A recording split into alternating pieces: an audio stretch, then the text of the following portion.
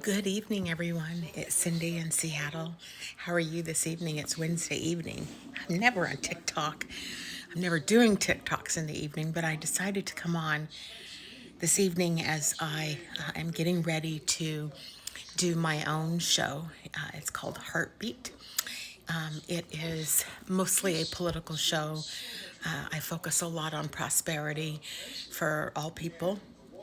And tonight we are talking about my co-host is Afro educator Erin Jones. She'll be on with me this evening, and we are talking about the next 27 days. One of the things that today, as I was catching up on several of the commentaries, the media that Vice President Harris has been doing, boy, has she been doing a lot of work out on The View, on Howard Stern. She's been on The Breakfast Club. I mean, she's just doing her rounds and talking about many of the things that she plans on doing. I absolutely love her latest, what she's going to what she's going to introduce as part of her agenda, which is around in-home care through Medicare. That's so huge. I can't even, and I know that for a fact, having battled my own health, still battling it to some degree this year. And finding services is something else. And what is covered and not covered is something else. And so I was happy to hear her talk about that. One of the things that really touched me, and I don't know if you caught it, if you did, let me know. It was that moment. I know they're highlighting it a little bit now on some of the news outlets, but it's when Whoopi Goldberg and Vice President Harris made eye contact when she had just sat down. And there was nothing but a smile exchanged between them. And the nonverbal communication was about how proud Whoopi is to see her, Vice President, running for the presidency, and all of that is entailed in doing that. And for all of us, look, all of us women know how hard it is to have access, to grow up the ladder, to have power and access and opportunity. And I can't help but come on this platform and really encourage women to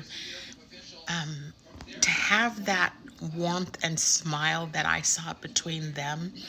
We need to have between each other. There is just too much icky girl, icky women bullshit that goes on over competitiveness and jealousy and all the things that go into women's behaviors. And I'll never forget, I shared this story in some of my consulting work, and I remember talking to two senior male executives, and I remember asking them this question one time, and I said, tell me the truth. Why is it that y'all don't promote or bring women into the boardroom? Like, what's the issue there? Because clearly women are qualified.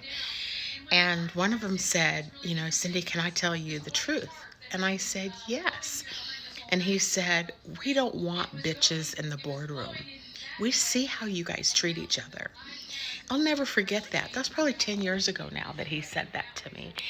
And the observation that men have, they look out for each other without question. They make sure that the bros each get the opportunities. That's what us as women should do. And learn to sacrifice. My God, I mean, if there's something that I don't have, a competency, a capability, admit it and bring the woman in front of me that can actually help do that. If there is a reciprocity in how we do this work together. Do you know what we are capable of doing? I can't even get my order right at Starbucks when a guy is taking the order. Like, women are just so much more, and we can do and accomplish so much more. Will we work together? Will white women learn that black women lead? Will you take our leadership? Will you follow in our footsteps? Will you support us? We support you. Those are the questions that we've got to come to terms with It's the only way we're going to be able to create this opportunity economy is if we take out of the equation. If I wrote a book, it's called The Color of Courage, Crushing Racism in Corporate America. And I talk about the 10 Commandments of the GOB, which is the good old boys. But I talk about how the egregiousness of women's behavior and the things that we could actually collectively accomplish if only we could get on the same page. This is going to be so vital for us going forward. And there's a lot that needs to be addressed in that lane, in that space.